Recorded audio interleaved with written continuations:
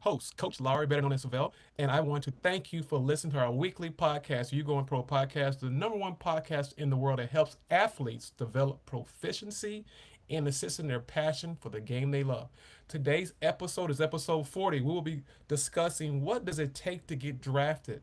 Also, we'll be talking about the life as a pro scout, and is there an age limit to get drafted in high school? Because sometimes you may be a little bit too old, and much, much more. Today's guest is a scout for the Kansas City Royals, Darwin Pennye. He has been named a special assignment scout. Also, he has spent 5 years with the Kansas City Urban Youth Academy. And also, with that, the last 4 years, he's been the executive director. In that role, he is responsible for overseeing day to day operations for the Urban Youth Academy, which provides youth for the Kansas City Royals and the dual opportunity to develop high character, productive members of society. I thank you. And learn how to have skills in baseball. Prior to joining the Urban Youth Academy, Pennye was a successful career in high school athletic director. He also was a coach, educator in Texas, and also recently he was an athletic director for baseball for the Logos Preparatory Academy in Sugarland, Texas. Also, he served as a minor league coach for the Houston Astros organization for 2 years. Penney's career as a coach and educator followed the 5 year professional playing career in 1988 to 92. He was a 37th round pick for the Pittsburgh Pirates. I like the Pirates. In the 1988 draft, he spent 4 years in the Pirates organization playing, and also before that, he played for the Montreal Expos Double A team in 1992. With that, he also played college baseball at Texas State University. He's also inducted in the Athletic Hall of Fame in 2018. How are you doing, Darwin? We are great to be here. Thank you, Coach, for allowing us to come on and share a little bit of our story and to be a resource to all these young, aspiring professional ball players. And we want to do everything that we can to assist in that today. I thank you, man. I appreciate it. And I just want to say thank you for coming on because, I can't do this without you. We make the world a lot better when we're empowering and impacting these young generation that's coming up after us. I'm going to go ahead and start with the beginning. Let's just go from the beginning because most podcasts, they just kind of rip it. I'm going to rip it from the beginning because a lot of times it's hard to tell people a story. You tell them all the good parts, but they don't know the beginning. What is the genesis of Darwin Pennye when he first started? Let's talk about high school baseball for you because we want to be able to give the listeners something that they can understand. Baseball is baseball. Times are different. They're different times, but the game is still the same. Let's talk about when you first started playing baseball because we talked about it before we started the episode. Why did you pick baseball and not instead of football growing up? Growing up in Temple, Texas, I was actually a multi-sport athlete, something that I still try to get kids to understand today. So I played baseball, I played football, I played basketball, ran track, did it all. As I got to high school, I started to eliminate two sports. So I wind up eliminating track and field because obviously track and baseball are at the same time in the great state of Texas, and then basketball just because I was good enough to be on the team, but really wasn't a basketball guy, and so I understood that. So, but I also loved playing football, and Yeah. so I'd play football in the fall. And then baseball in the spring by the time I got to my last 2 years of high school. But baseball was always my first love from the time I was probably about 3 or 4 years old. I just Mm, always able to find who I was on the baseball field. It okay. allowed me to express myself in ways that other sports didn't. You didn't? Uh, Okay. especially from a cerebral standpoint, being able to think the game, being able to just watch it at long periods of time, Mm, and just embrace everything that there was about baseball. Um, my dad was a huge baseball fan, and when mm, we talk today, that's what we talk to kids about is who introduced you to the game. right. And so my dad introduced me to the game. He loved baseball, and so just going out playing a game of catch, and just took an affinity to it. Also, tagging along with my older brother, My older brother played all different sports, and but he was more of a football guy. Okay. But he did play baseball, and so if they would allow me to go along and be the bat boy in the dugout, towel boy, just anything they would allow me to To do, I would do. do it. And so Mm, my dad even built. We had a vacant lot next to our house, and my dad built a diamond on it so that we could play baseball right next door to the house. And wow. so baseball was everything for me. It always seemed easy to me, Okay. um, and being able to go beyond what I was being taught. Mm, I was always looking for something beyond what I was being taught, and always had the questions to ask for that. And mm. so by the time I got to high school, I'd had a lot of success in baseball early. High school became the first time that I actually had a challenge when it came to baseball. One, I was at a very large high school with about 2,500 students, It's a lot. and back then they only had two teams. They kept basically 36 kids in the program. You had a varsity and a JV, That's and so it. you came in Wow. as a freshman. You had to make the junior varsity team, Mm, hopefully. And so I was able to do that. But it was the first time that I felt that baseball was a challenge. It was a challenge because I also now was playing with the whole city, if you will, and in our baseball program, of those 36 kids that first year, only four of us were African American. mm. And so that was my first real experience, Challenge. because I had grown up playing on these teams that had been predominantly African American and who Right. had been successful.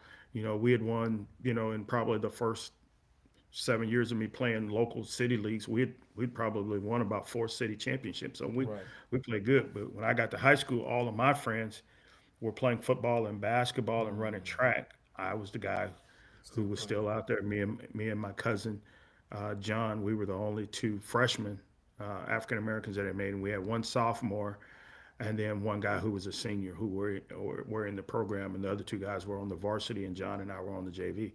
So it Mm. was the first time that my eyes got open to, man, this is a different kind of baseball. Right. Right. Right. And I'm glad you said that because me, I'm coming from a big city as well. Coming from Chicago, I can relate everything that you just said because when I was in Little League, Pony League, American Legion ball, that's what we called it, which you can relate to that, but most kids don't Yeah, because they play yeah, travel ball and rec ball. And I noticed that when I was a little boy, all of our players were predominantly black.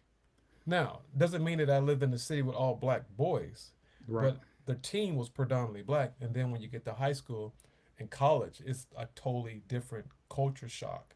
But I can relate to what you're saying. My question to you: how successful was you going through that transition your very first couple years?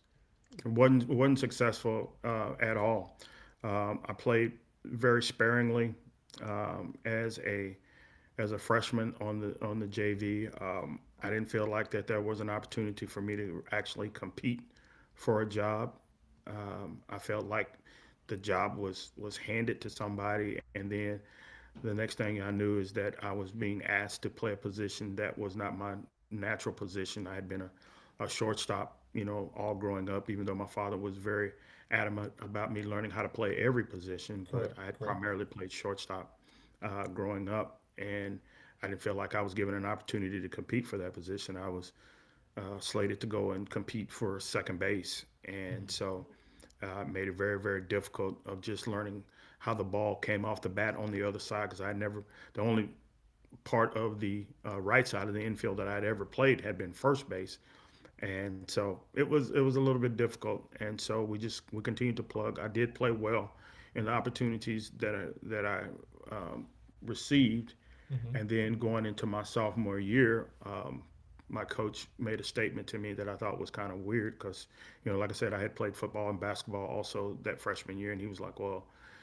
next year, if you really want to be a varsity player, you need to be a baseball only kid," and that just did not resonate with me at all. Mm-hmm. That I was going to play one sport, and so I was just like, nah, I don't see how that benefits me, Right, because I feel like next year I should be a varsity caliber player correct, anyway. correct. in my mind. And Right. so, but it wasn't always the way that they saw it. And so when I did come out the next year, I began the season on the varsity, and and then before the season even really got going good, I wound up being suspended from the team Mm. for a glove that I was accused of stealing.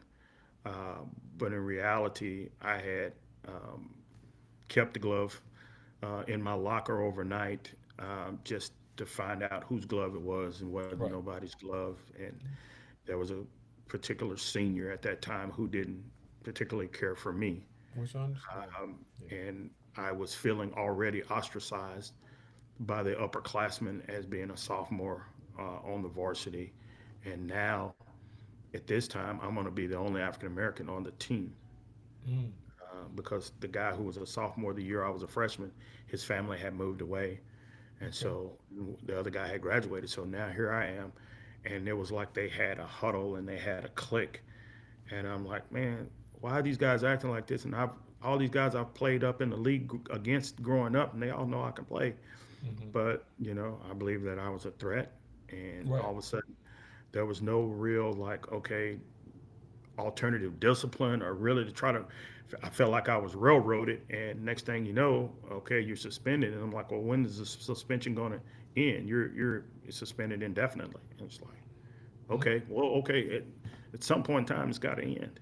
Right. Right. Right. Because everything Yeah, has a beginning, everything has an end. You everything know. has a beginning, everything has an end, and so now here I am, and basically lost a year of reps, and so but I still continue to play in the summer and everything. And what would have broke most people didn't break me. Right, right, right, and that's what I was going to go to the next question because it sounds to me that from the beginning, that's why I talked about the beginning and talking about the Yeah, genesis of everything is so important, so people can get an absolutely. understanding that baseball itself, Darwin is hard itself, Hard personally, as in general. I mean, people can say what they want, but I think baseball is probably one of the hardest. Not maybe not the first, but it's at the top two. Golf and baseball is probably the top hardest sport to play because it's not just athletic ability. It's strategic. You got to know what to do, why to do it, when to do it, what to hmm expect. You have to be think. You have to be a thinker. You have to know how to respond. You have to be a team player. It all that you know goes all together, which brings me to the question I wanted to ask you. Coming from playing in Texas itself is a blessing to me because I come from hmm Chicago. We didn't have we don't have that warm weather you guys had playing baseball first and foremost, but going to your junior year, getting ready for your senior year. What were some things that you have learned now, the older Darwin, that you can tell the listeners going through that adversity, how to handle things?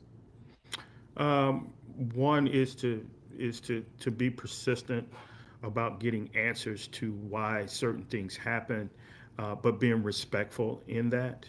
Okay.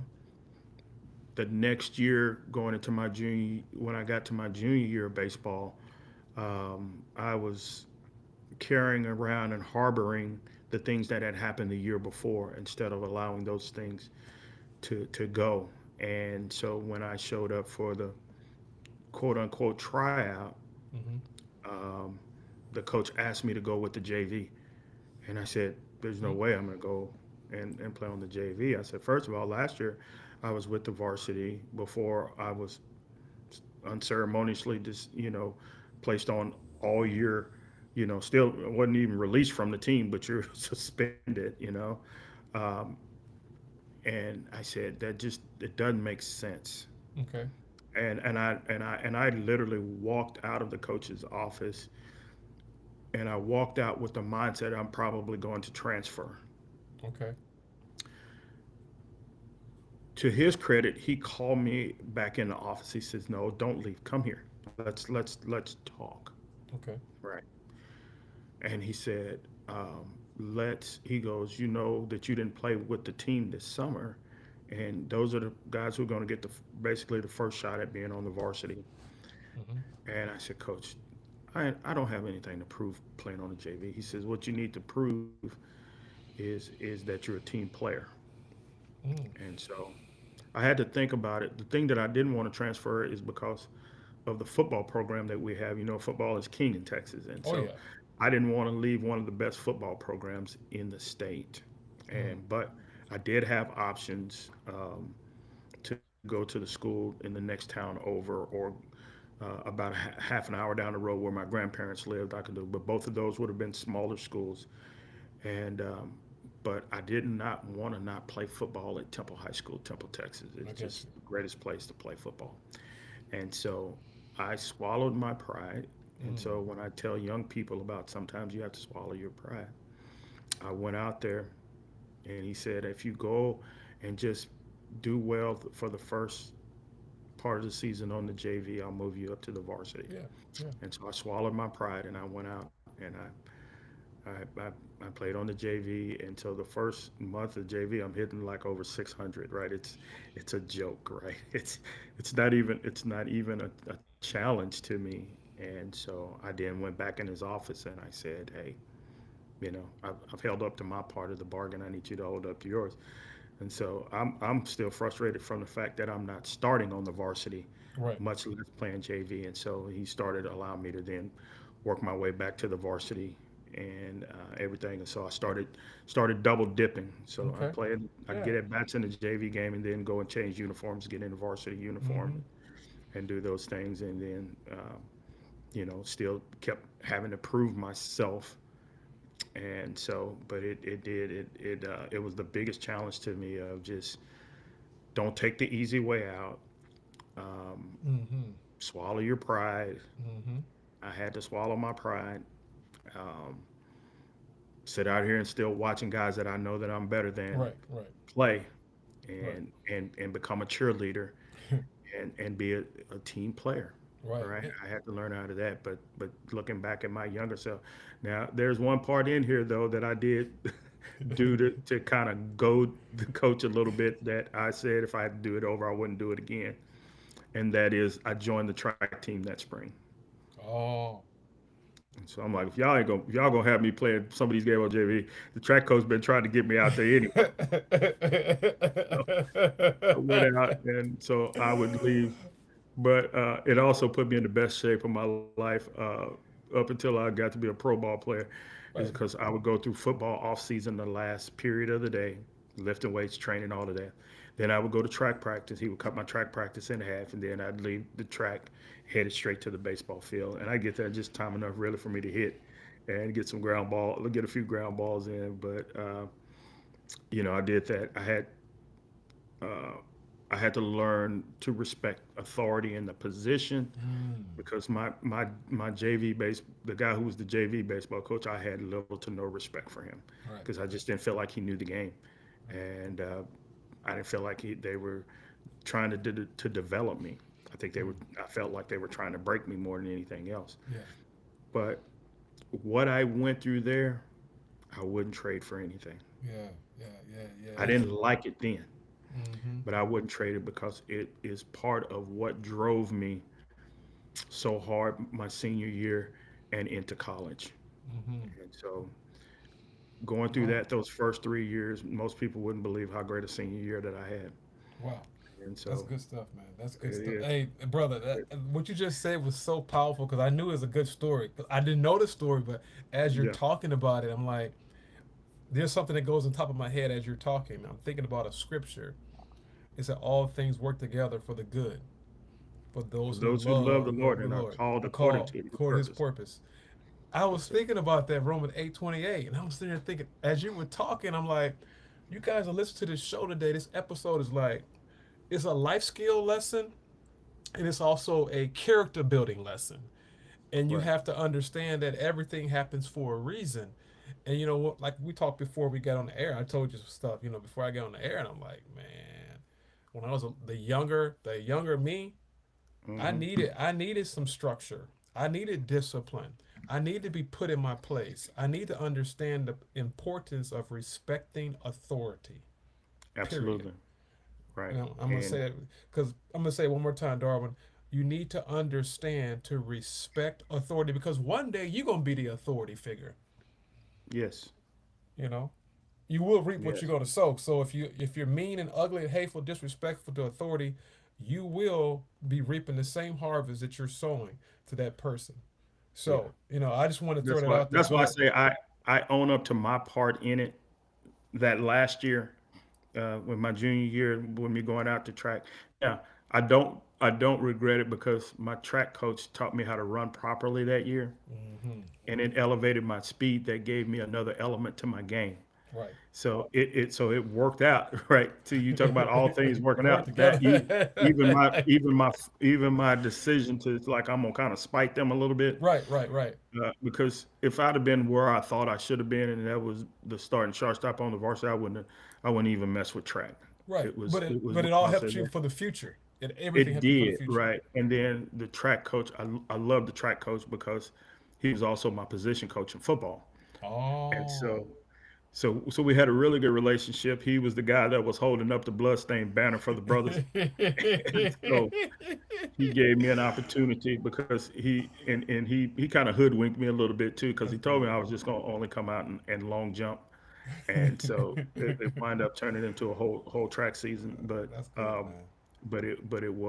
but we had a great understanding from the standpoint of, and this would play a huge part later when I became a coach and athletic director, is he says, if we have track and baseball on the same day, if we have a conflict, I told him I'm going to baseball. Right. Later in my career, when I became the authority, and I had kids that wanted to play multiple sports at the same time, Mhm. one of the things I would do is meet with all parties concerned, the coach, the parents, everybody. I said, what we need to know is, in the event there is a scheduled conflict, Mhm. where is this kid going to be?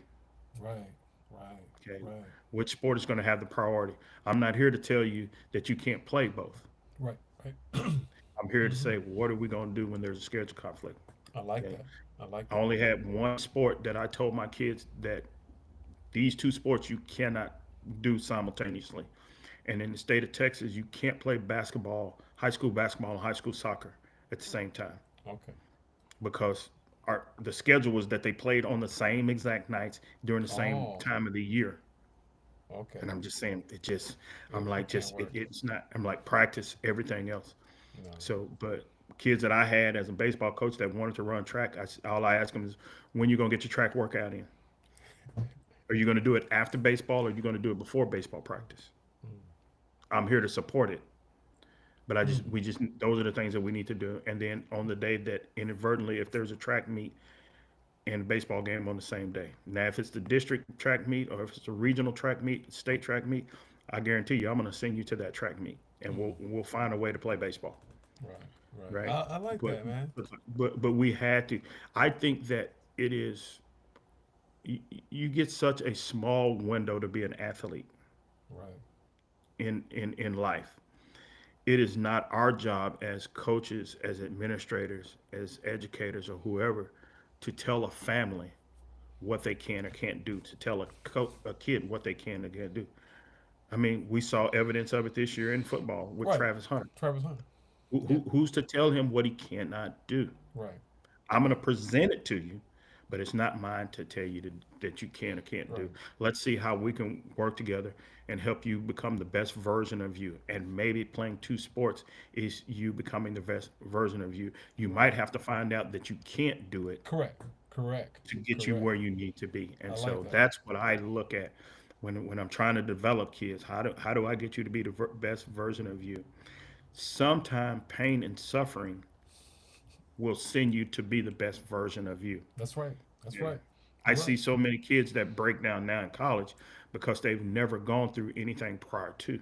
So like I said, I didn't like it when I was going through it, but the best thing ever happened to me was those first 3 years of high school, of having Okay. to fight for identity, having to fight for opportunity, having hmm to fight for equality, hmm all of those things Wow. that That's helped me powerful. go into college ready. Right, right, right. And Ready. Darwin, I want to add on something you said. It was so powerful because, like I said, I coach here in South Florida, and it's interesting you said that because I have guys that can play. South Florida's got talent, just like Texas. Yes. These boys can play, like literally play. And Mm-hmm. we got guys throwing from the outfield high 80s and Mm-hmm. don't even have any training. They just naturally can play. I just use Mm-hmm. it for example, and I won't say the kid's name on the air, but there was a kid that with two kids I know for sure that should play college baseball. But you said the key word was when they never went through anything, and basically I'm gonna use this terminology, helicopter moms and dads, helicopter. They don't let them go through anything. They kind of Yes. kind of hold them all the way there, and they don't Yep. let them go through any adversities. And so I'm saying that to say this: these two kids can play college baseball. They can play. If you can play high school at a high school in Florida and in Texas and be successful, you can play college baseball somewhere. Maybe not Somewhere. at somewhere. So anyway, these two kids, young boys that I coached since they've been freshmen, they didn't play at all. I'm like, why? So I started thinking about what you said, and I started thinking about the life they have with their parents. They made it so easy for them. So when because like I'm always on their butts, but they love me because I was on their butts. Like, listen, we're not doing it this way. This is what we're going to do. And so anyway, I noticed that because you said it so gracefully, and I'm like, that's why they didn't go to play college baseball because they can't handle adversity when things don't go their way, and then they have competition. They don't know how to battle in the battle, and say, you know what, it's all up here, really. It's not the talent, it's up here. And I've Yes. noticed that because they can't handle adversity at all. And they're not playing college baseball at all. Now, I'm not saying they're going to start, but I'm just kind of piggybacking what you said. They can at least try, at least go out there because you're Absolutely. going to go to college anyway. So why not just make the trip fun playing baseball? Absolutely. So, the other thing that I want to highlight since you started talking about the parental aspect of it is notice that no time in this conversation that I ever say my dad went out there. My dad went to do that. My dad was drill sergeant in the Army for 22 plus years. Wow. You know what he asked me every time when the situation was not in my favor? He asked me, "What can you do? Mm, Did you tell the coach you can play another position? mm, Did you look for other opportunity?" It was all on me, except for one time when they decided that I was going to be suspended for the team. He went out then right, right, right, right. and he said, "Here's the thing. I'm not going to tell y'all what to do." He goes, "But I'm going to ask you this. Don't do anything to my son that you wouldn't do. So if in this situation you would suspend and put your son off, then you can do it to mine. Okay, but if you wouldn't do it to your own son, don't do it to mine." He That's said, and that's all respectful. I'm gonna. He said, that's all I'm gonna say about it. Treat my son fairly in this That's situation, much respect right there. That's right? respect And right even there. when he felt like they didn't, he didn't go back for a second conversation. Right, Okay, right. it was all always on me. What can you do better? What Mm, can you do? Have I you love gone and that. talked to the coach? It was never, I'm gonna go out there and talk to him. I'm gonna go out there and give this guy a piece of my mind. Right, It right, was right, right, And so right. when I became a coach and I established parent and student athlete guidelines, one of the things that I said, in order for us to help these young men become grown men, they're going to have to learn how to voice their own Okay, opinions. thank you. Okay, I'm never going to say to you as a parent not to get involved. That's not what I'm asking. But the first person I want to hear from is them. And Right. then when we meet, we're going to all meet together. Yeah, that's right. We're not going to meet separately. And I just said so. He needs to learn how to he needs to learn how to advocate for himself, just like I did. I learned how Okay. to advocate for myself, and that has served me well throughout the rest of my life going into my professional career, both on and off the field. Is nobody can advocate for me better than me. That's right. Nobody can tell my story better than me That's right. That's because right. it's what I've experienced. Okay, but what I've learned how to do as I've matured is I've learned how to speak that truth in love and learn how to ask the right questions without making somebody feel inferior, threatened, or even challenged to an unhealthy level. I'm just going to ask a question, right? And so when Mm, I advocate for me, I'm going to advocate for me. Even when my first wasn't even troubling moment in college, but I remember because I've advocated for myself in high school, I knew how to go into my college coach. Mm, I like that. We're gonna go to the college now. We get ready to jump into college now. So, coming from Texas, your school you went through, all the adversity you went through, made you a better person for college. So, going to you said you went to Texas State. How did that go around? And How did didn't go like it did. It wasn't a clean trip. that? So here I am, Brad. I tell you that I go out my senior year and I do it up, lead the team in hitting and stolen bases and run scores and at bats and hits and all of these things. And I really don't have an offer on the table. What? I really don't have an offer on the table. There's one offer I got on the table, Okay. and it's from an NAIA school right across the street.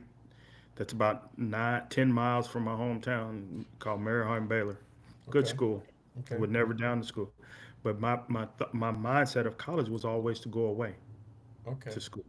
It was never to be at home and go to school. Okay. Well, now with cost of colleges and all that, that's not a bad idea, right? But back then, I didn't know because I was going to be the first in my family to go away. I was going to be first generation to go away to college and everything. And so I was like, nah. And I had all these grandiose ideas of going to Right. Arizona State and big time D1 programs, and just like all the rest of these kids pre-social media.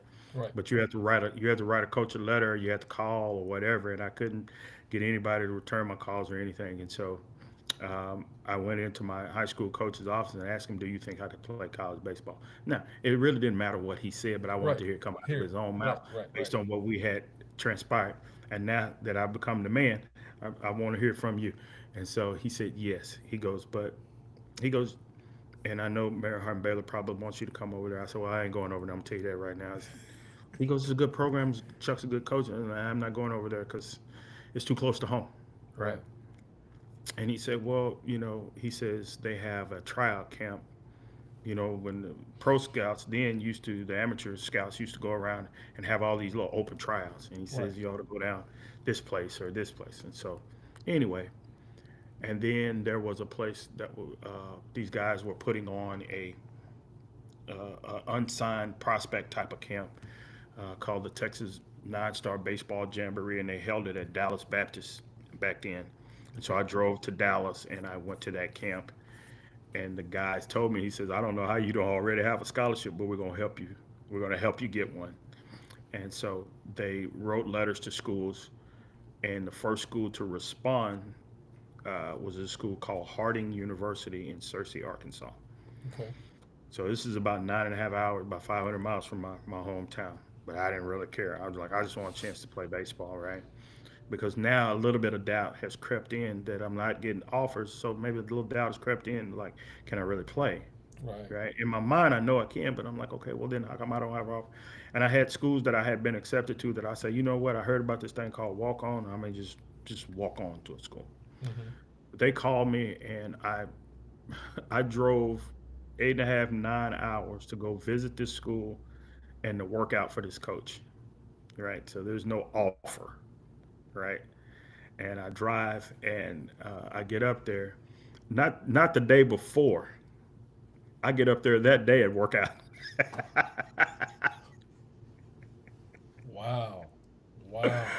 So I got driver's legs, I got all those things, and I went and I ran, and then I I hit over in the cage, and then he hit me 10 ground balls, 10.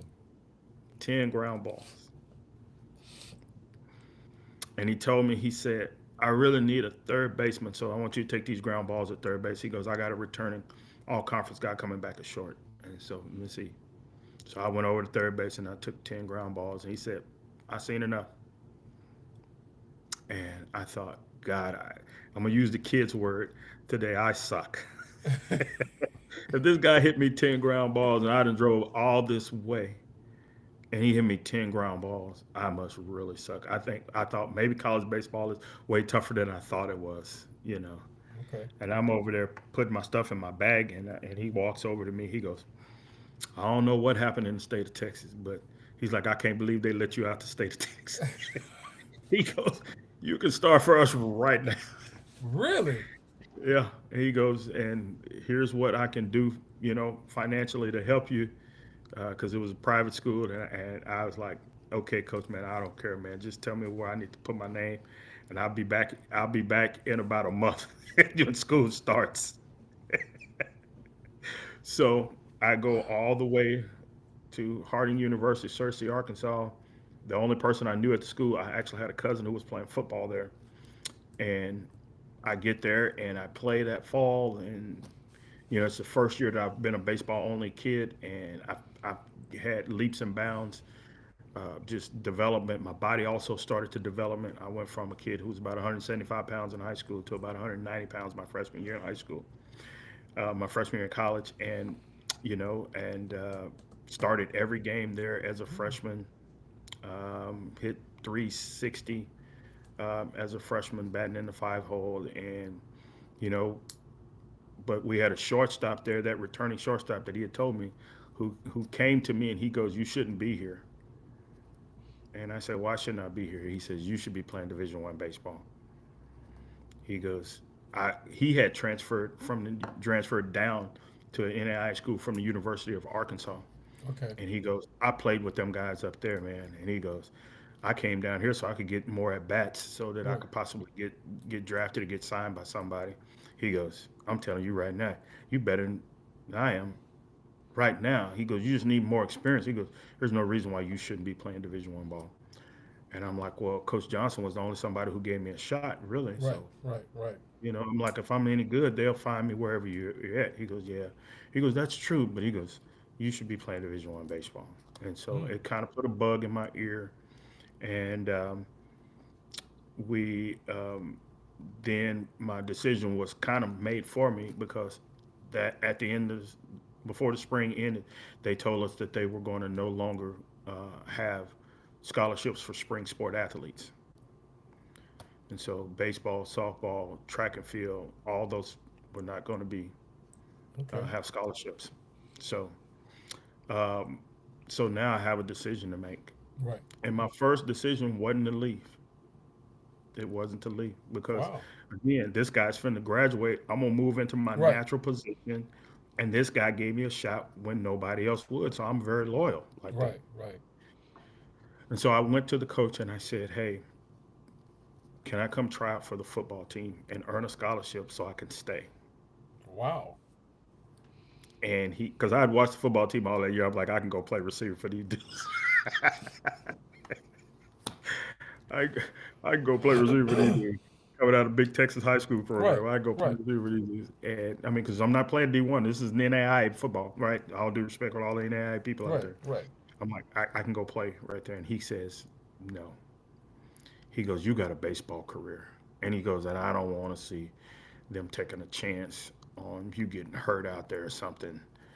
Like, "Coach, I played football my whole life. If I'm gonna get hurt, I'm gonna get hurt, right? It is what it is." I said, "But I want to stay." I was like, "That's the only way I can stay." And he's like, "Well, we can work some work study." He started coming up with all kind of ways financially to try to help me stay.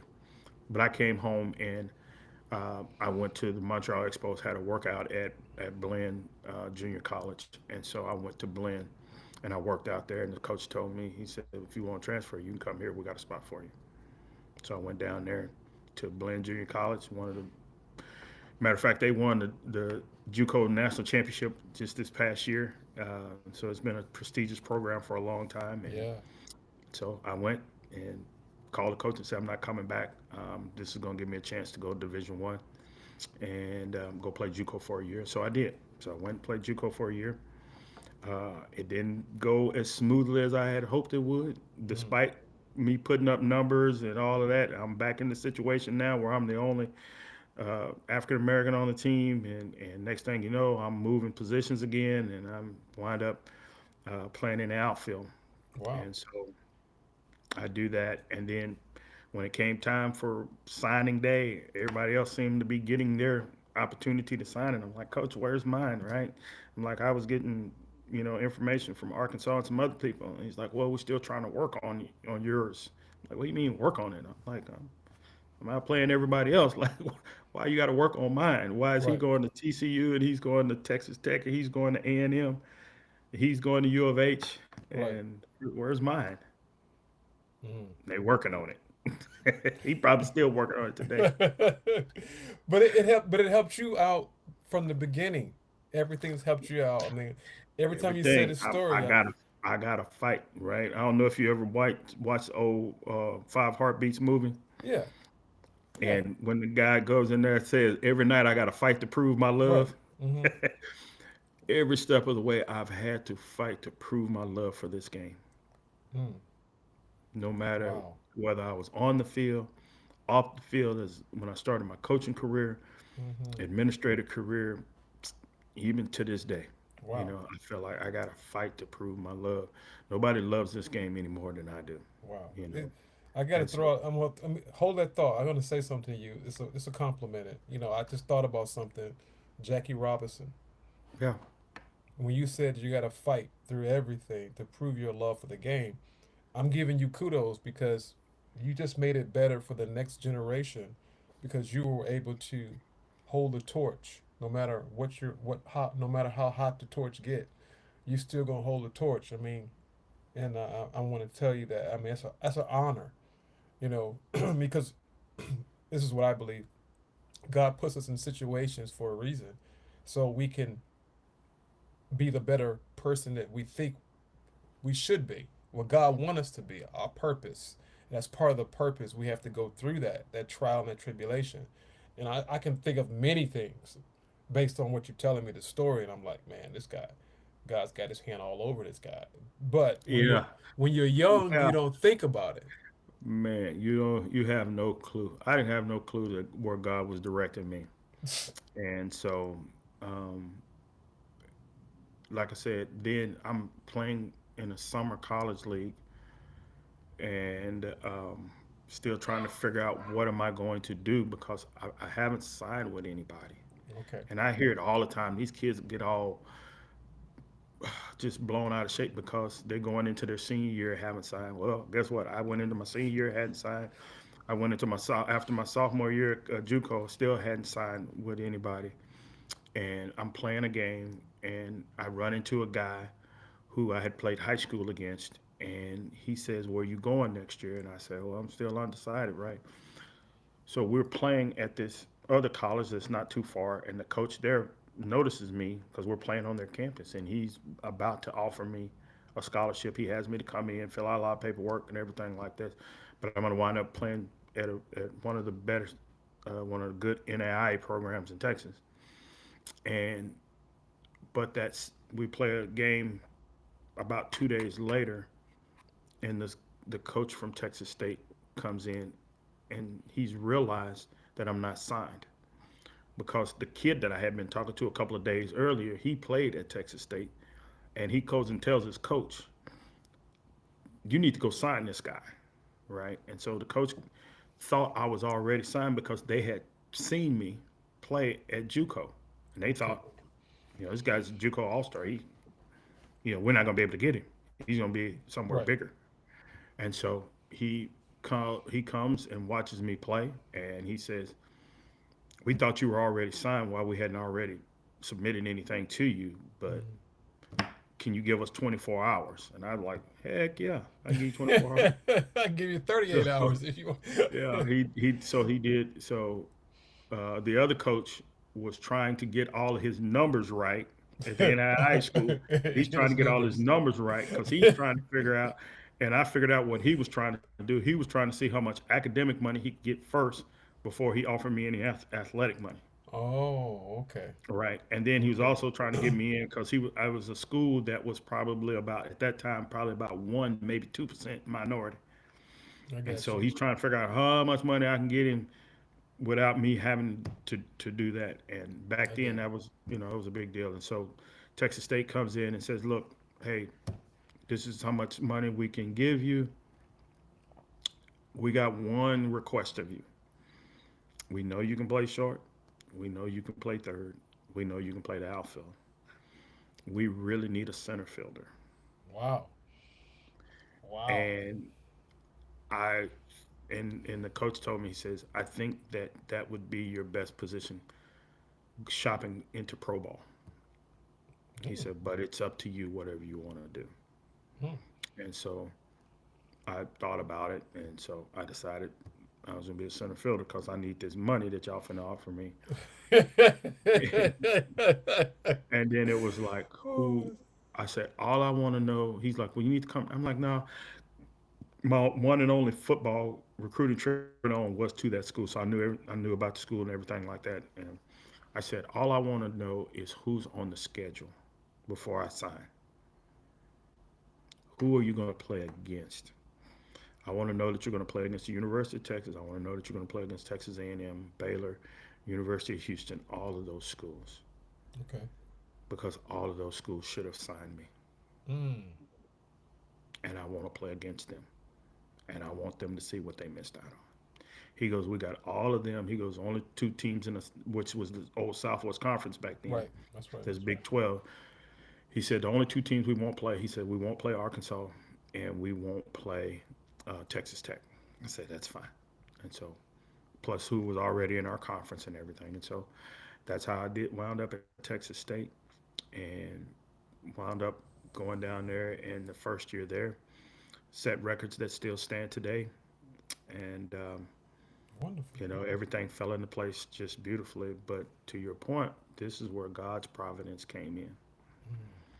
Is a young lady that I had known since the eighth grade. Okay. When I transferred to school down there, she and I got reacquainted.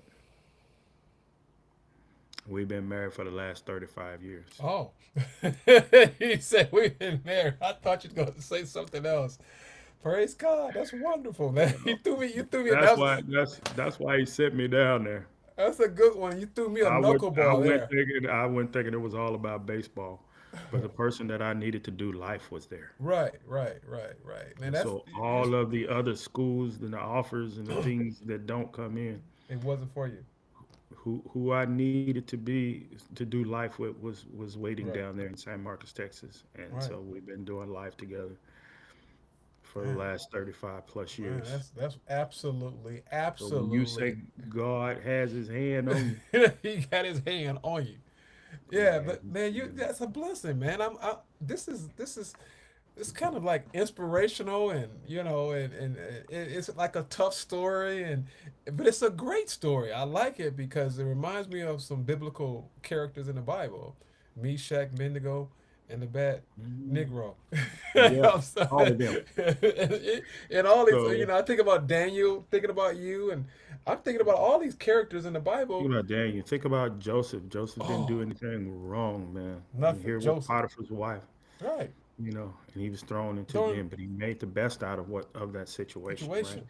So Yeah. we can sit up here and we can cry about the unfairness of it, but you know what? God gives his biggest soldiers the biggest fight. Right. Right. Right. So Right. Right. you can't sit up here and cry over spilled milk. But again, because I had gone through this in high school, That's it right. was just one more step, right? Texas State was the place where I got there that they turned me loose. Mm, There was no handcuffs on me. It was Darwin go play, mm, right? And I earned the respect of my coaches. I earned the respect of my teammates. I earned the respect of my opponents within that conference. And to be a unanimous all conference guy, first year out the bat, even my coaches said, "Man, we thought you were good, but we got more than what we thought we were going to get." right. That's good. Right. And so here we are. And so I'm thinking, okay, well, here comes the draft year. Everything's going to be good. I'm draft eligible. I'd been talking to scouts basically since I was a freshman, but nobody had pulled the trigger. And so here it is. It's going to be time for me to go play. And I get injured right before draft, Mm, so I don't get drafted. But again, it was a blessing in disguise because I stayed and go to summer school, and that's when my wife and I really became two peas in a pod I got it. of staying in summer school that year, and then I go back the next year, and I put up basically the same numbers, and so now it's not a fluke. Right. Right. Right. He's Right. not right. He goes back, and he does the same thing, and I go back, and I'm the outstanding hitter in the conference, and lead the conference in hitting for the second year in a row. Even with a new conference, we had two conferences that merged, so I go back in, and I do it again, and so now it's draft time again, Right. Right. and Right. so and what happens? I get drafted way lower than I'm supposed to go. I wasn't supposed to get drafted in no 37th round. Right. I mean, but like you But said, it all who worked do you together. know goes out and hits 402 years in a row at a D1 program, and you go in the 37th round? No, no, somebody messed up. Put it that way. Somebody. Well, it was one of those things that let him slide as far as he can slide, right? I ain't expect to go in the first 10, Right, right. But at but I least thought but some, I thought, 15. I thought, I thought about 15 at least, right? I know I don't have any eligibility left, Right, or right. anything like that, but I was like, at least 15, That's what I 20. think. I'm thinking 50. He said that. I can't get no love, and Oh so my God. This is the this is a guy remark. who, Oh man, because go. what the crazy part is that the Expos had, the guy from the scout from the Expos called me and he told me he was going to take me in the 6th round. Hmm. And so I thought it's a little early, but because I was a realist, it's a little Yeah, early, but hey, cool, cool. I whatever. was ready to go play. Right. And all of a sudden, the whole first day goes by, and you don't get called by anybody, and so you're thinking, man. uh, So I started making phone calls and was already ready to go and try out for an independent league. Right. Right. Right. Right. And finally, Buzzy Keller called me and says, "Hey, Pirates, we took you. I took you, and you ready to go play ball?" Yeah. So now I got this big, large chip on my shoulder again. Okay. Every night I got to fight to go prove my love. I got to go fight to prove that I'm better than all these guys who got drafted ahead of me. So And getting so, drafted 37th round. Let me ask you this question, because yeah, I'm gonna talk. 954. That's my number.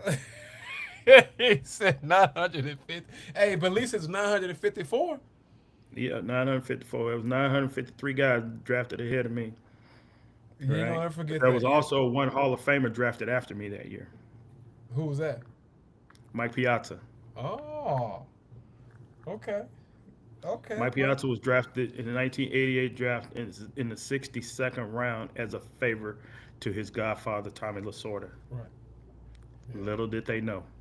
yeah. You're right. You never know. Hey, you never know, man. So, I'm gonna ask you a couple more questions, and my Yeah. question to you is this: so, to tell these young kids that are listening or parents that are trying to get to that next level. Now you're a scout. How do you, how can you recognize talent, or how can you give them kind of a roadmap to know if they're next level caliber, or what? What do you Right. look at? What do you look for? Number one, are you dominating the level that you're at? Okay, Is it dominate. easily What do you mean by dominate? dominate? Explain it to the So listeners. dominant is a guy that doesn't miss pitches. When he gets one fastball to hit, he crushes it. Right? The guy who's always in control of the at bat when he's at the plate. Doesn't matter what the pitcher's spinning up there or the pitcher's throwing, he's always in control of that. If he's down in the count, it's no big deal. I watch guys when they get down one pitch, and I can watch the body language. Right, the umpire makes a questionable call. The body language, he's not in control of the at bat. Okay, Oh, guys that can really hit, doesn't matter the count. All right, those are the type of guys I want to see. The guy that's in the field that he never gets a bad hop, and it ain't because he plays on a perfect field, but it's because he's always moving through the ball. Right, he always understands how to read that hop. He just works through the ball. The outfielder who goes back on the ball effortlessly. Right, he can run to a spot. He can drop his head. And he doesn't have to look at the ball to go get it. He's that guy who can go, he can get that ball. And when the ball comes out of his hand, it looks different, right? The ball has carry on it. The ball is not tailing one way or the other. And the ball just stays in the air. When he throws across that diamond, how much effort is he having to use to throw across that diamond, right? The guys who move easily, it's not an effort, it's not rehearsed, okay? If you went out there and you had a field full of Shetland ponies and a thoroughbred horse out there, who would you keep your eye on? That thoroughbred, right? thoroughbred. He runs easy. The Shetland pony, he's effort. It's effort to everything that he does. Hmm. When as a scout, I can close my eyes and I can listen to the ball come off the bat. It sounds different when I got a pro prospect on that behind that bat. Okay. It's a different sound when that ball comes off the bat. Now, when I look at it, I see the ball jump off the bat, not the bat jumping off the ball, Right, right. right? He works through that. He works through that ball. I'm looking for guys who can use the whole field. They're not just hitting on one side. Like we could just move everybody over here and do that. Pitchers, can you pitch on both sides of the plate? Mm, Now, I don't expect it, but at least I want to see you at an if I was watching amateurs, I want to see at least guys attempt to pitch on both sides of the plate. right, right. Now, I'm going to figure out if you have any say in how you pitch, right? Okay. I'm gonna watch your catcher. If your catcher's head is always on a swivel, that means you got no say in it. Correct. That means that coach is calling every pitch, everything. Now I'm gonna watch how you execute. Can you execute what he's calling? Mm, Because that tells me a little something about you, right? That ability to execute, that ability to stay around the zone. Okay, if you're going to be a starter, if I'm looking for a guy who's a starter pitcher, I'm looking for a guy who's got three above average pitches, right? We're not out here to get average guys. right. Okay, professional baseball is not for average people. Mm, Sorry. that's it. Okay, that's it's not. It's and the higher you go, the more above average we're looking for, Correct. right? Correct. And so, what does that guy look like? And then after I'm evaluating all of these just physical tools. Now, how do these physical tools play within the game? I see a bunch of guys that got physical tools, but it doesn't fit the game. They're not trying to help their team win, Mm-hmm. right? So those tools may get you signed, but the ability to incorporate those tools in a game is going to probably determine where you get signed and how much money you get, Okay. because now your game fits, right? It's not just a tool game. Because I've had kids that have been drafted off of tools when I Right. was a high school coach. Okay, he got tools, but he can't pitch, right? Got a good fastball, can't pitch, right? How does he handle situation? And then that's what I'm gonna really go back to is how does he handle tough situation? How does this pitcher look when all of a sudden the bases are loaded and the power part of the lineup is up? Mm-hmm. Okay, does he stick his chest out or does his shoulder start to sink? I got Okay, you. who's the hitter that wants to be at the plate in the biggest moments of the game? I like that. Is he that guy that wants to be up there when the game on the line? Does this guy get better in close situations at the plate? Okay, does he start to swing at better pitches? Okay, or does when the game get on the line he starts to chase a little bit, I got right? And then who's the guy that I just refuse to that I got to ask you to hustle, you. Mm. right? I used to tell my kids this all the time. I've never seen a coach tell a kid you hustle too much. Never, Never. Never. never, right? Never. And once we get past the game and everything, now I'm in on watching how you practice, watching how, are you an outfielder that's out there power shagging? Okay, or you only just go out there and you just out there, just going through the motions out there. But are you really trying to get better with those balls coming off the bat? Right. Power shagging out there. Same thing with those infielders, right? These guys can still working on their double plays, things like that. And then again, go back to body control. Who's the guy that really is in control of everything that they do, whether it's in the outfield or in the infield? Catchers, we're looking for the guys with hands to receive the ball, no matter how fast the guy's throwing to them. Okay. The guy who's able to uh, transition from being down, especially now with all these guys with the one knee down catching.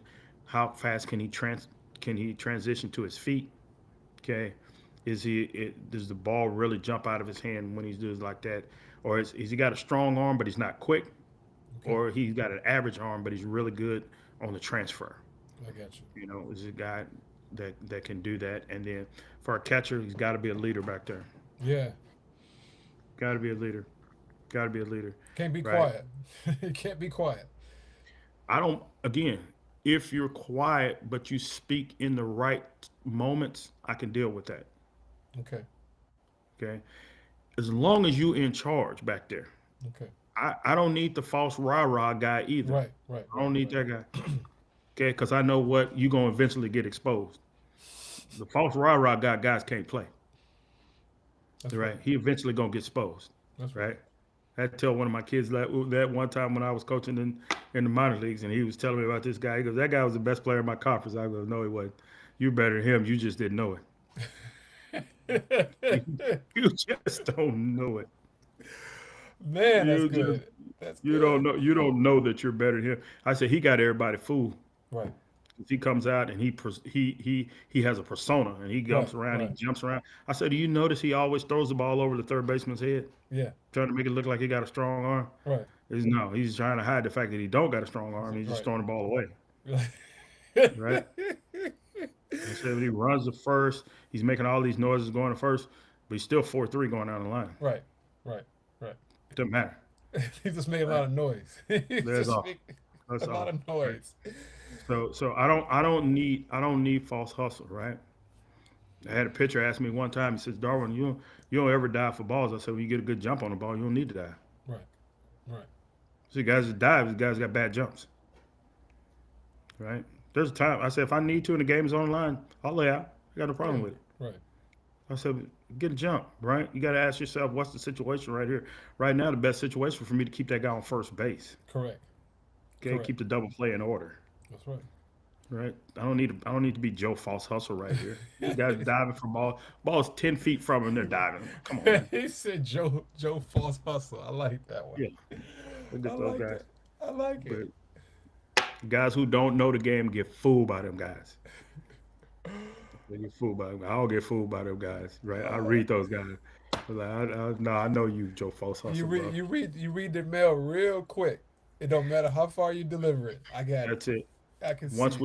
we've done all of this evaluating of talent and how it fits in the game, I'm gonna start sneak a peek at your little social media. I got all Yeah. these guys that I follow them on little Twitter and stuff. When I was on the amateur side of scouting, like yeah, I'm following you for a reason, Right. not to Right. see your highlight film.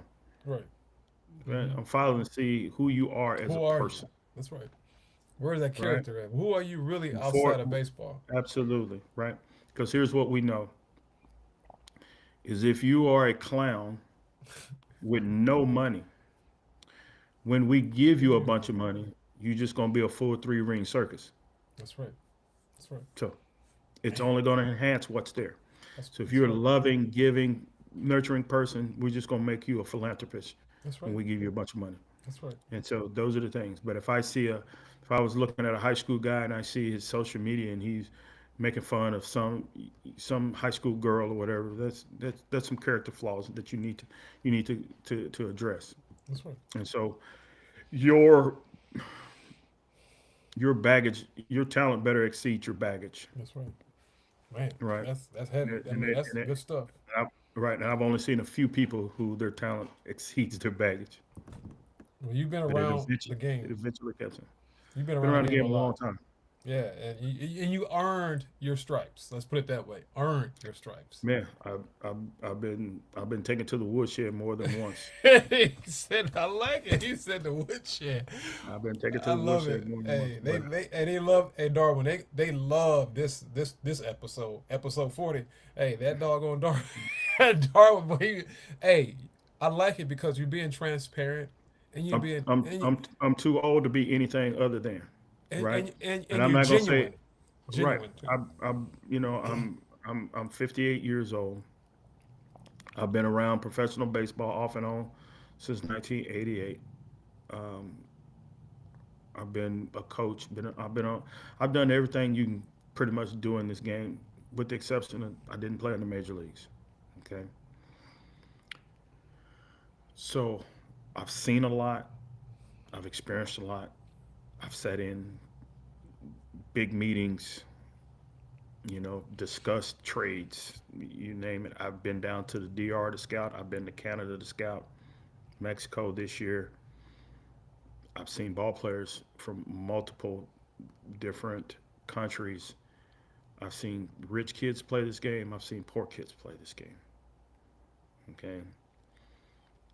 And there's always something new, right? There's never, this is I know it all. I don't, Right. right? I still try to surround myself, and I have a mentor that I call regularly to ask him questions about scouting. Because scouting is probably the one job that I never thought I would have in baseball, Mm. right? I'm an on the field guy. I'm a teacher of the game, Right. right? And so I've done that. I've been on the travel circuit, high school circuit, minor league coach, all that.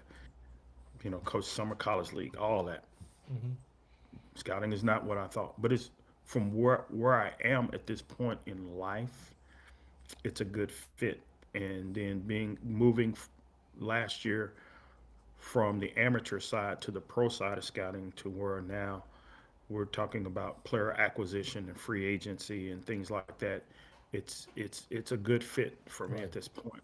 And That's good. so, but evaluating talent is still evaluating talent, no matter where it is. What I had to come to the understanding was I no longer was evaluating talent from the dugout where I'm trying to figure out how to beat you. Mm-hmm. I'm now evaluating talent to see why should I acquire you. I got you. That makes sense. I like it. I like Yeah. it. I And got it's a one different question. look. I got a Yeah. question for you based on the limitations of high school players. The reason I Yeah. want to say that because there's some guys that are 18, going to be 19, that can play.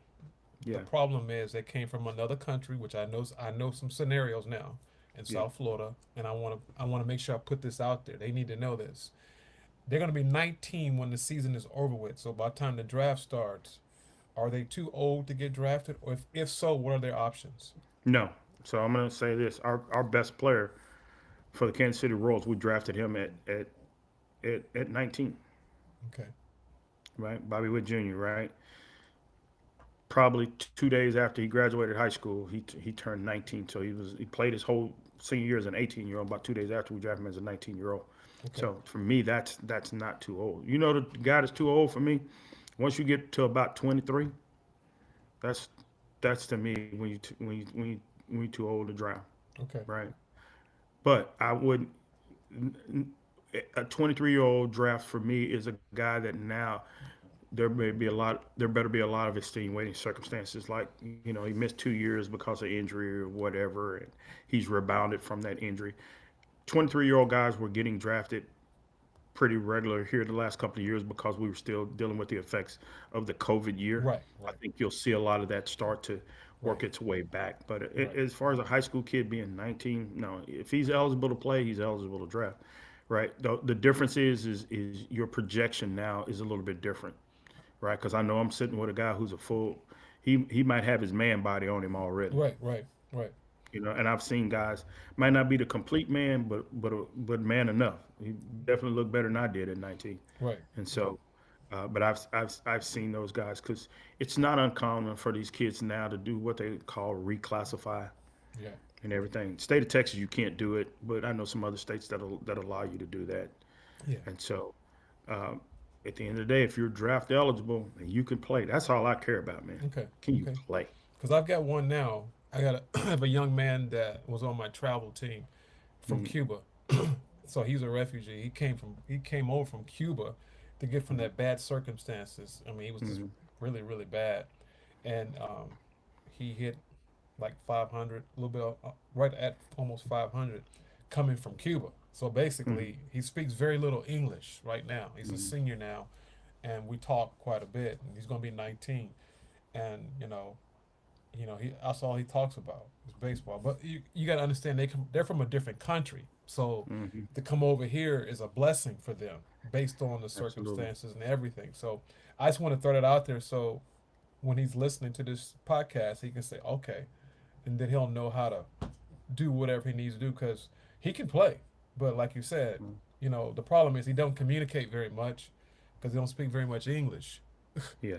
So Well, I think I've seen some scenarios um, where there are guys that have been similar to them that if a team drafted them, instead of sending them to Arizona to play, they sent them to the Dominican Summer League to play, okay, where there are people who can speak Spanish and you know yeah, communicate with them. Now we got a lot of people that speak Spanish. The lower our level is in professional baseball, the more Spanish speaking people you're going to have around. Okay. The people that it's tough for is like guys like Otani that are coming from Japan, right? And so they got to basically bring their own interpreter with them, and so that person becomes part of your organization Station. to do Right. that. But Spanish speaking people, that is, every organization has multiple Spanish speaking people, and especially at the lower levels where those guys are starting to just learn how to speak English a Yeah. little more fluently.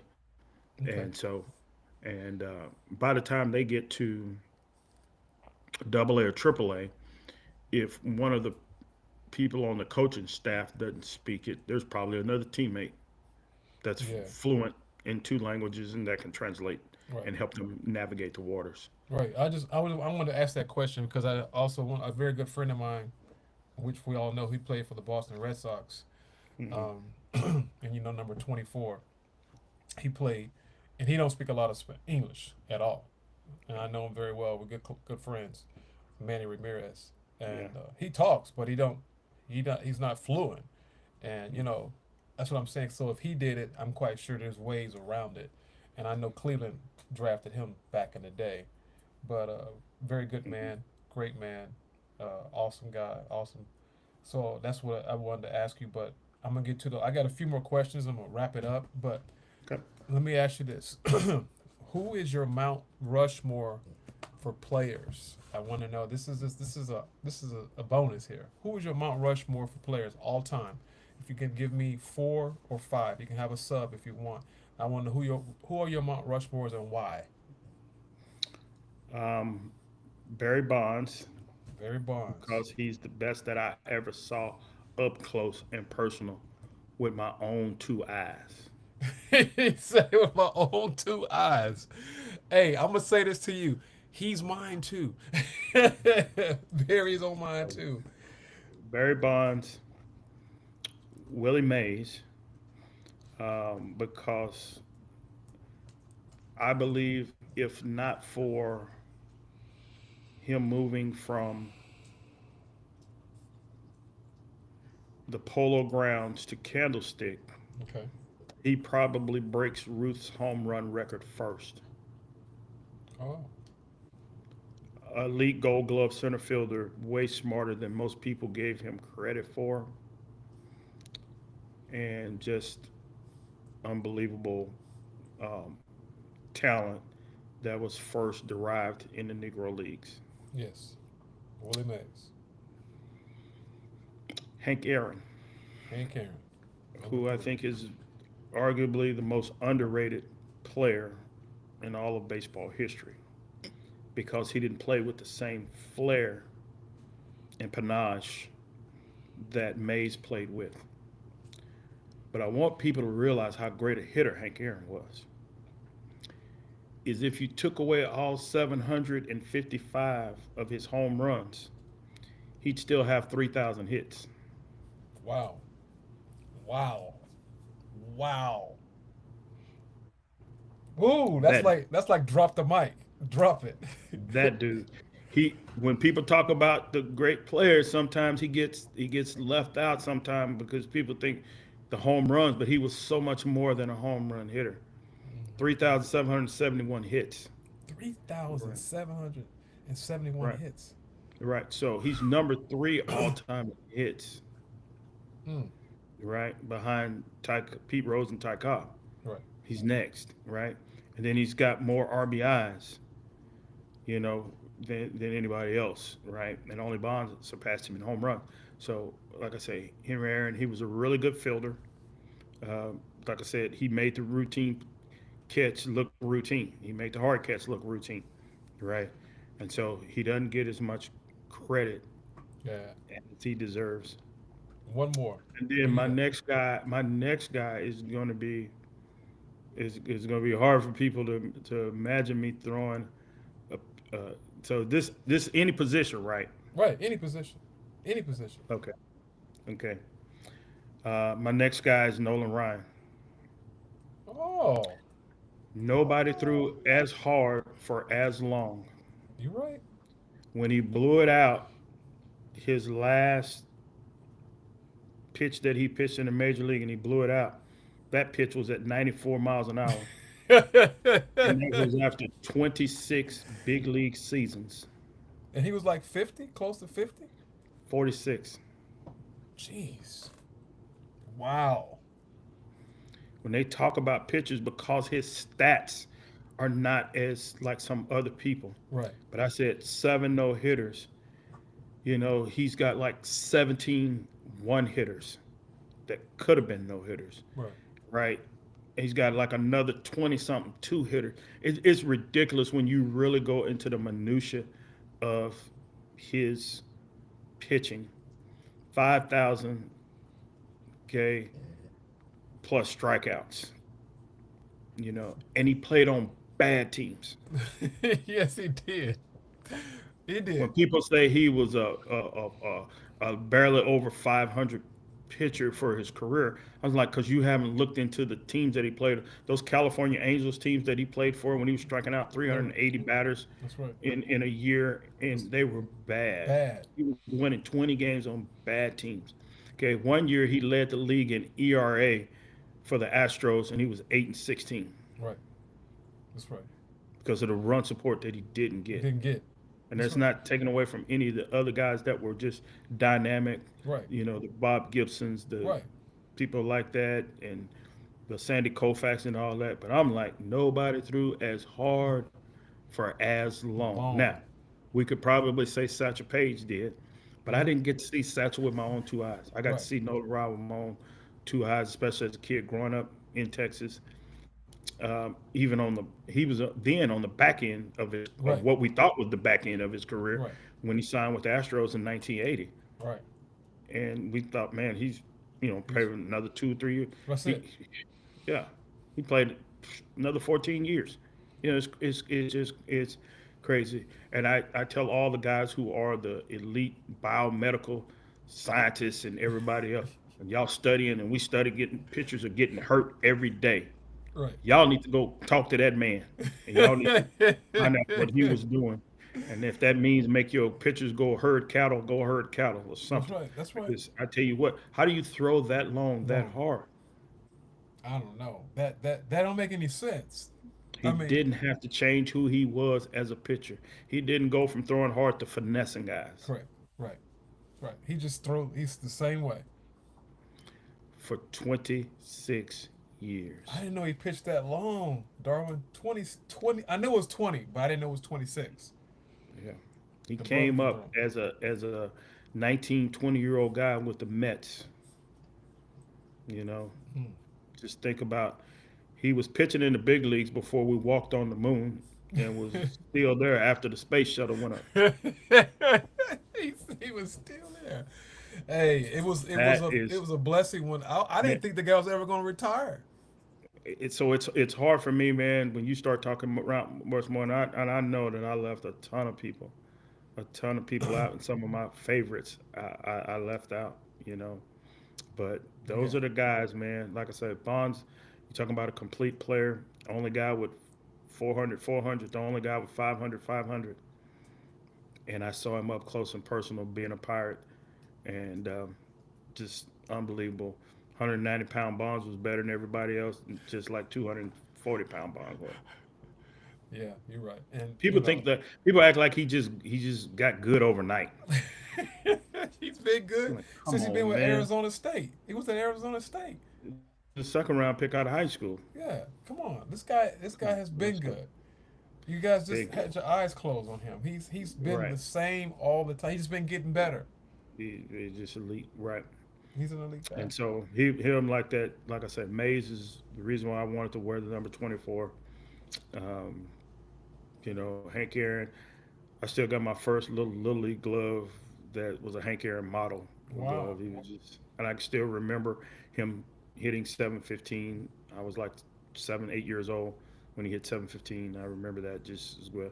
But my love for Hank Aaron has become because if you ever read his book, I Had a Hammer, and understand some of the things that he went through in playing in the Southern League because they were that first generational guys, post Negro leagues that really started to infiltrate Major League Baseball, and playing in the South Mm, was not easy for those guys.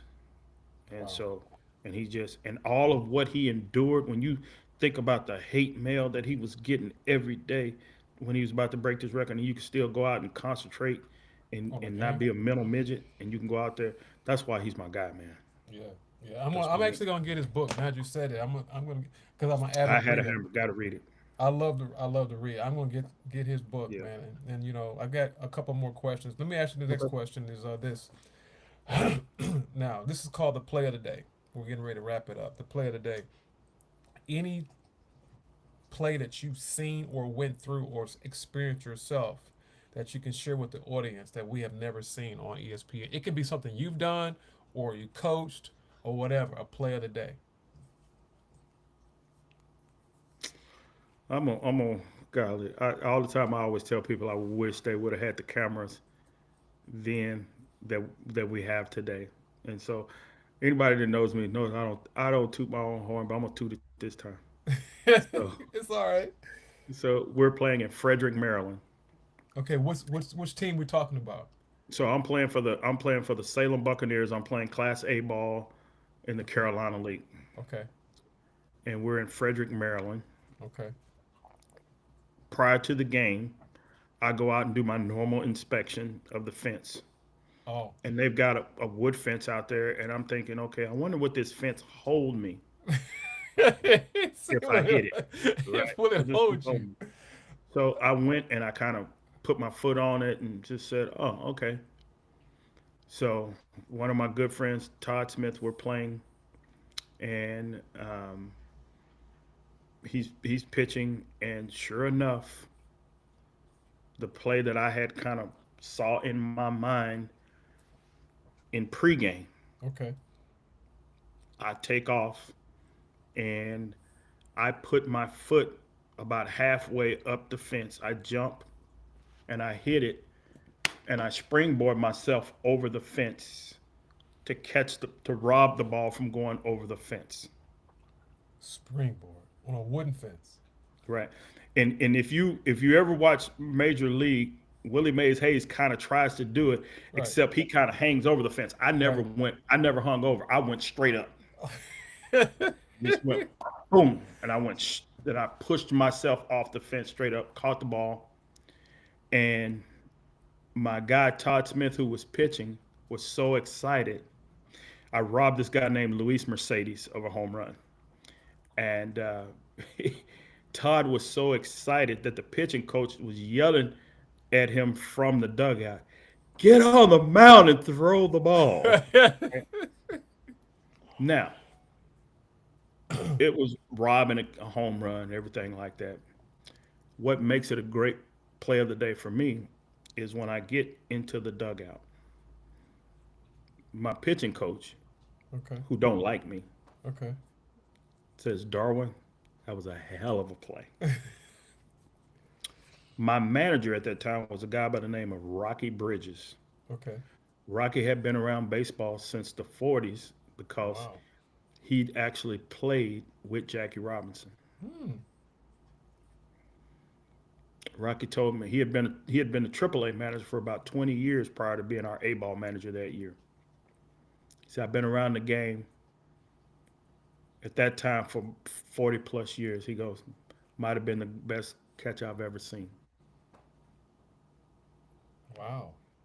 Wow. That was that said a lot. Not When Rocky Bridges said that to me, knowing what he had seen right and been around Major League Baseball for and minor league years. baseball since the late 40s, he said, "Might have been the best catch I've ever seen." Wow. And nobody saw it but the people who were there. That's what I'm saying. That's why I have it on this All the show. guys who on my team had any reservations of doubt about how hard I played, about who I was, because I was highly competitive and I pushed myself every game to be better. I didn't want 3 hits, I wanted 4. I didn't want 4 hits, I wanted 5. I was that Mm, kind of guy. I like it. I like it. I like it. I like From that day on, we got no question about him. it. No question about him. He wants to win. Right. Right. And that's all I saw is this is going to help my team win. Right. That's it. And like I said, I'd do anything if anybody would have had a video of that. I got Most one people more. don't believe it. I don't even tell them about it. I This is the like first that, time I've ever got a but chance but to. see, It's a that's great. why It's a great. That's a great question. that's what I'm saying. That's why I got this show because I want people to talk about things, the beginning, talk about things that people, not the everyday podcast that ask the same questions. I want people to know you. So when they see you, oh, you were the guy on you go in pro podcast, and I heard you say, really? What was that? You know what I'm saying. So I got one more question. This is the Oh, last question. We're gonna close out. This is called post game question, and the question is this: you have I know baseball doesn't deal with time, but you only have 30 minutes, and he can be dead or alive. Who would you like to talk to or be coached by, and why? But he only have 30 minutes. He can be dead or alive, like a coach or a player or someone played. It can be anybody. And why would you want him to talk to him for 30 minutes? If you got 30 minutes to talk to him, what would you ask? but it's probably the hardest question. Golly. Um, if I could talk to somebody for 30 minutes, I'd talk to Ruth Foster. Who was Ruth Foster? I'm gonna take you to the woodshed after this because I'm gonna put it in Ruth because you Foster. because you don't know who Ruth Foster. So Ruth Foster is the guy who brought who chartered Negro League baseball here in Kansas City in 1920. Oh, He was the guy who made the Negro Leagues a living reality. Ruth Foster was a genius when it came to baseball. He is known as the father of black baseball, and he was born and raised in Calvert, Texas. I'm gonna let you Google him and do all the rest of the work. But there is no formal league for the Satchels and the Josh Gibsons, okay, and the Cool Papas to play in. He is who organized it. But what we call the essence of Negro League baseball, the small ball, what they call it today, Rube Foster was the father of that. mm, Okay. He also was the guy unofficially credited with the screwball. He gave Christy Mathewson, longtime New York Giants Hall of Fame pitcher, because he couldn't go over there. John McGraw, who was the coach back then, brought him in to teach him what he called a fadeaway pitch, but in essence is what is a screwball. okay. Taught guys how to turn that ball over. Mm, wow. And he was so far ahead of his time. What people don't realize is that Rube Foster, in creating the Negro National League here in Kansas City in 1920, his goal wasn't to get black baseball players into baseball, Major League Baseball. His goal, and this is the conversation I would have with him, was to get teams like the NFL and the AFL had their merger. Right. He wanted to put a league together so that Major League Baseball would have had to have merged. Do you know what our country would be like today if those teams had merged? Mm, Here we are, 75 plus years post Jackie Robinson integrating Major League Baseball, and we still have like one black GM. Okay, we still have one. We've got two African American managers. right. And so things that didn't transfer from the Negro Leagues into Major League Baseball, executive positions, catching, pitching. Okay. Who gets all the managers' jobs today? Guys that were former catchers. Since we don't catch, we don't get those positions. Right. You're right. Rube Foster. Okay. Well, let me show Would you. have There loved he just to is. have. I got him right there. You Ruth got him. Foster. I Yes, got sir. him. I just want to. I mean, that's why. I mean, I thank God for this opportunity to be able to speak. And like I said, my goal is to impact and empower the next generation. And I want people to know a little bit more besides your name. Or he played Major League Baseball. He played minor league baseball. He's a scout. Tell me a little bit of the story. And this has been nothing but a blast. I've enjoyed every minute of it. You've had me laughing. You had me. We brought the word of God out. We've done it all. But Absolutely. I I'm going to want take the word of God with me everywhere I go. I love it because I'm a living epistle, and I'm gonna keep talking about My Lord Jesus Christ, I'm not afraid of the gospel. I'm not ashamed of the gospel because he's done too much for me. And without Too his much. grace, I will not be here. I am a living testimony. And I want to know if you can close it out and, give some closing remarks. And if some guys want to reach out to you, if they can, or anything about urban youth baseball, you want to go out and throw some of that. I'm sorry, throw it out there. Anything. Yeah, obviously, when I first came to Kansas City, that was the role that I had. So I don't have that role anymore, but I'm still actively involved in what they're doing over there and trying to give kids an opportunity to play this game without having to absorb the costs associated with this game. The things that I would love to impress upon the kids is don't worry about where you are today. Enjoy the level that you're at. Don't worry about the next level. The next level will take care of itself if you take care and, as I said earlier, dominate the level that you're at. Mm, We spend way too much time worried about the next level and don't enjoy the level that we're at, because that's what I would tell my 15-year-old self. It's like, enjoy high school baseball. Don't worry about college and pro ball until you get there. mm, Okay. The other thing I would love to say is to the parents, it's your kid's career. Let them take ownership of it. It's mm. not yours.